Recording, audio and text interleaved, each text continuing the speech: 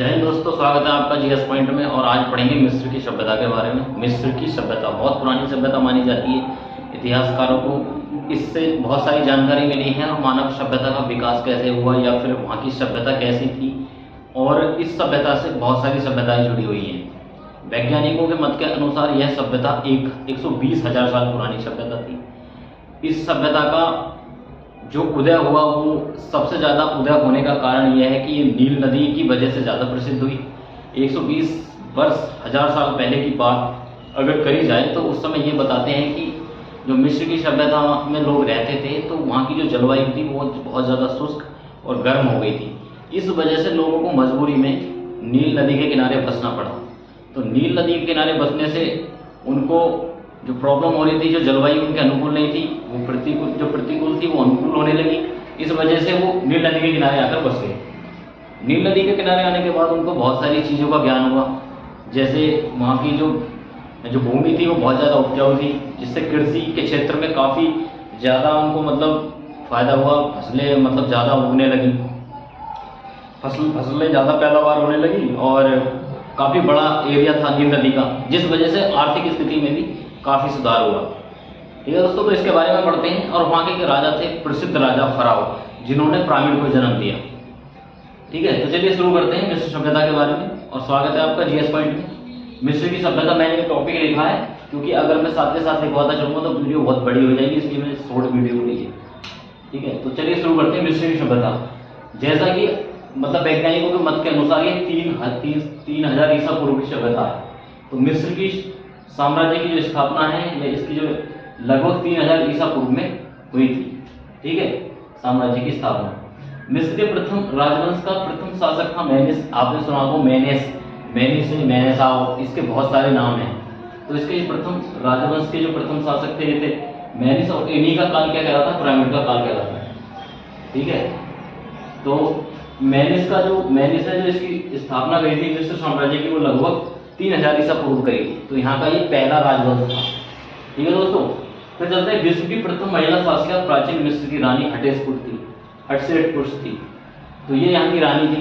ऐसा बताया जाता है कि जिस समय व्यक्ति की वहाँ मृत्यु हो जाती थी उस समय तो उसको पिरामिड में उसकी सारे सामान के साथ उसको पिरामिड में रख दिया जाता था। उसके ऊपर एक ऐसा लेप लगा दिया जाता था जिससे कि उसका जो बॉडी है ना, उसकी शरीर है, उस पर कोई किसी तरह का कोई बीमारी ना लगे, सड़े ना, गले ना। तो उनका ये मानना था कि आने वाले टाइम में आत्मा वापस आ गई शरीर में और वो फिर से जिंदा हो जाएंगे, ऐसा कहा जाता है। विश्व की प्रथम महिला शासिका थी ये मिस्र की। ठीक है, तो इनका नाम था रानी हटेशपुट। मिस्र को नील नदी की देन कहने वाले प्रथम इतिहासकार हेरोडोटस थे। तो हेरोडोटस को इतिहास का पिता भी कहा जाता है, ये आप सभी अच्छी तरीके से जानते होंगे। तो इनका मत ये था कि नील नदी की देन थी जो मिस्र की सभ्यता इतने दिन तक चली, और मिस्र को आज भी नील नदी का वरदान कहा जाता है। क्योंकि अगर नील नदी नहीं होती तो वहाँ पर जो हालात पैदा हो गए थे, वहाँ की जो जलवायु इतनी शुष्क और नरम हो गई थी, इतनी गर्म हो गई थी, जिसकी वजह से लोग वहाँ मर रहे थे। और नील नदी का सहारा मिलते ही उन लोगों का जीवन वापस लौटा। तो इसलिए नील नदी को मिस्र की देन कहा जाता है। तो ये इतिहासकार हेरोडोटस ने कहा। अब तो बहुत सारे वैज्ञानिकों ने अपना मत दिया। ठीक है भैया, आगे बढ़ते हैं। मिस्र का नेपोलियन थुटमोस को कहा जाता है। तो ये भी यहाँ के राजा थे थुटमोस, लेकिन इनका जो शासनकाल है वो ज़्यादा नहीं रहा। लेकिन इन्होंने जितना भी काम करा वो बहुत एक तरीके से कहते हैं ना, बहुत स्पष्टता और एक कठोर कहते हैं ना बलिष्ठ शासक के साथ, प्रसिद्ध शासक के साथ काम किया। गीजा पिरामिड का निर्माण कराने वाला राजा मिस्र का फराव था, जिसे खुफू भी कहा गया। ये 2589 से ईसा पूर्व से 2566 ईसा पूर्व में था।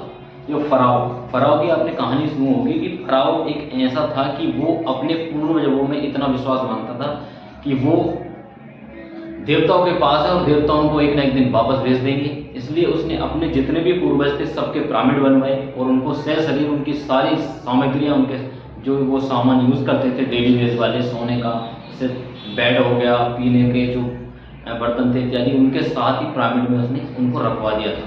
तो पिरामिड का जो कहते हैं ना पिरामिड निर्माण किसने कराया था? फराव ने। तो ये फराव इसलिए प्रसिद्ध है। फराव का बहुत बड़ा साम्राज्य था।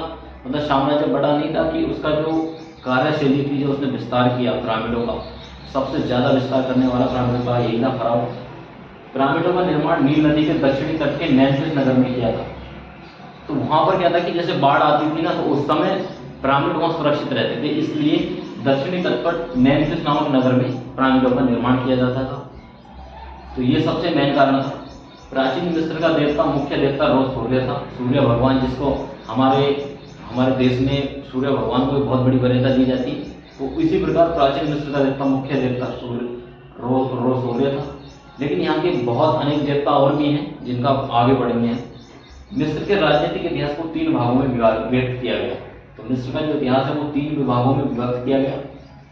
पहला आ जाएगा पिरामिड युग, 3400 ईसा पूर्व से 2500 ईसा पूर्व तक लगभग। तीसरा आता है सामंतशाही युग, जिसमें व्यापार और वाणिज्य व्यापार को मतलब बढ़ावा दिया गया, तो वो 2500 ईसा पूर्व से 1800 ईसा पूर्व। लेकिन सामंतशाही युग कब आया? जब नील नदी के आसपास आकर लोग बस गए और वहां से जो कृषि की पैदावार वो बहुत ज़्यादा बढ़ी, तो यहाँ से सामंतशाही युग की स्थापना हुई। फिर आता है नवीन साम्राज्य, 1580 ईसा पूर्व से 1150 ईसा पूर्व। ठीक है, तो ये नवीन साम्राज्य यहाँ से यहाँ तक माना जाता है, 2500 ईसा पूर्व से, और 1580 ईसा पूर्व से 1150 ईसा पूर्व तक। सेकेंड पॉइंट आता है पिरामिड युग की महत्वपूर्ण उपलब्धि पिरामिड का निर्माण था। जो मिस्र को जाना जाता है वो पिरामिडों के कारण ही ज़्यादा जाना जाता है, जिसको फराओं ने अपनी मृत्यु के उपरांत दफनाने को कहा था। फराओं ने अपनी मृत्यु के बाद ये कह दिया था कि मुझे भी पिरामिड में ही दफनाया जाए, ताकि आने वाले उसको ये था कि मैं शायद वापस जिंदा हो जाऊँ। उनकी एक भ्रांतियाँ थी उस टाइम पे लोगों की, कि जो हमारे देवता हैं वो हमको जिंदा कर देंगे और हम फिर से जीवित उठेंगे। तो ये इसने अपने आप को खुद को दबाया था। सामंतशाही युग में मिस्र को हिक्सास जाति ने आक्रमण करके मिस्र को पराधीन बना लिया।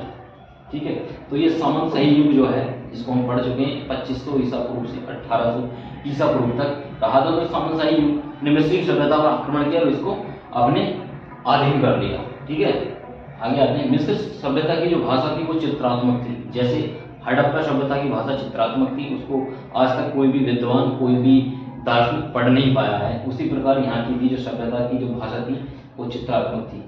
ठीक है, तथा मिस्र के इतिहास में 30 से अधिक राजवंशों ने शासन किया। तो यहाँ मिस्र में 30 से अधिक राजवंश हुए, जिनमें मुख्य राजवंश में ये फराओ का शासन बहुत दिन रहा। ठीक है, 30 राजवंशों ने शासन किया, 30 से अधिक राजवंशों ने शासन किया। फिर आता है कि रॉबर्ट मैरकोट ने 2005 में लिखा। तो रॉबर्ट मैरकोट एक बहुत बड़े विद्वान हुए हैं, दार्शनिक हुए हैं, जिन्होंने अपनी बुक्स लिखी है मिस्र सभ्यता के ऊपर। ठीक है, तो इन्होंने 2005 में कहा कि प्राचीन मिस्रवासी न तो वो श्वेत थे न वो काकेशियन थे। तो वो कैसे थे? क्योंकि आपने देखा होगा जो मिस्र है वो अफ्रीकी देश में आता है, तो वहाँ पर कहते हैं ना कि काले लोग ज़्यादा रहते हैं। तो ये भी कोई मतलब आइडेंटिफाई नहीं कर पाए थे कि किस टाइप के लोग थे उस समय। अब तो खैर वहाँ पे ज़्यादातर अफ्रीका देश को अंधकार द्वीप कहा जाता है, काला द्वीप कहा जाता है, क्योंकि वहाँ पे इतनी ज़्यादा गर्मी होती है और अधिकतर लोग जो वो काले ही होते हैं। तो इस वजह से काकेशियन सभ्यता थी, काकेशियन थे, इनको कुछ नाम नहीं दिया जा सकता था। मिस्र सभ्यता में कई देवता थे, रो, सूर्य, अतुम, चनु, अमुन, पितामह, अमुन रो, ओसिरियस, यमदेव, जिनको यमदेव कहा जाता था, अनुबिस, अतेन और हॉरस। ये हॉरस बहुत ज़्यादा प्रसिद्ध थे, हॉरस देवता। और थोथ चंद्रदेव, तो चंद्रमा जिनको थोथ कहा जाता था उस समय। तो ये इत्यादि इनके देवता थे। मिस्र की सभ्यता का अंत का कारण रोमनों का आक्रमण था।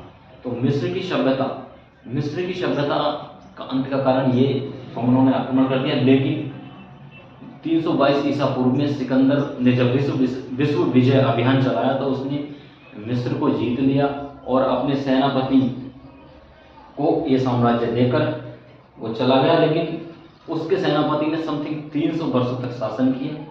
300 वर्ष शासन करने के बाद रोमन लोगों ने मिस्र पर आक्रमण कर दिया। आक्रमण करने के बाद मिस्र की सभ्यता को खत्म कर दिया और वहां पर एक नया साम्राज्य स्थापित हुआ, रोमन साम्राज्य।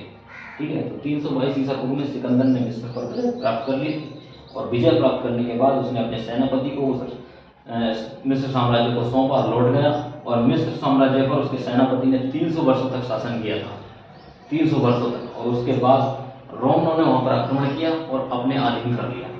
तो दोस्तों ये थी मिस्र की सभ्यता की मिस्र सभ्यता। ठीक है, इसके बारे में हमने पढ़ा। और thank you so much video को देखने के लिए, धन्यवाद, बने रहिए। Thank you so much.